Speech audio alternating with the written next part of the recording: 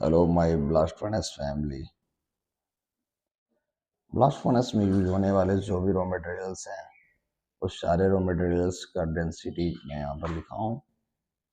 जैसे कि आप देख सकते हैं, फर्स्ट कोक का डेंसिटी 0.55, आयरन आयरन की डेंसिटी है 2.25, सिंटर सिंटर की डेंसिटी 2, लाइमस्टोन लाइमस्टोन की डेंसिटी 1.4, डोलोमाइट का 1.4, पैलेट 1.4, ऑर्चाइड 1.55, पैराक्सोनाइट 1.6, मैग्नीज और 2.05, टाइटेनियम और 1.40, नटकोक 0.60।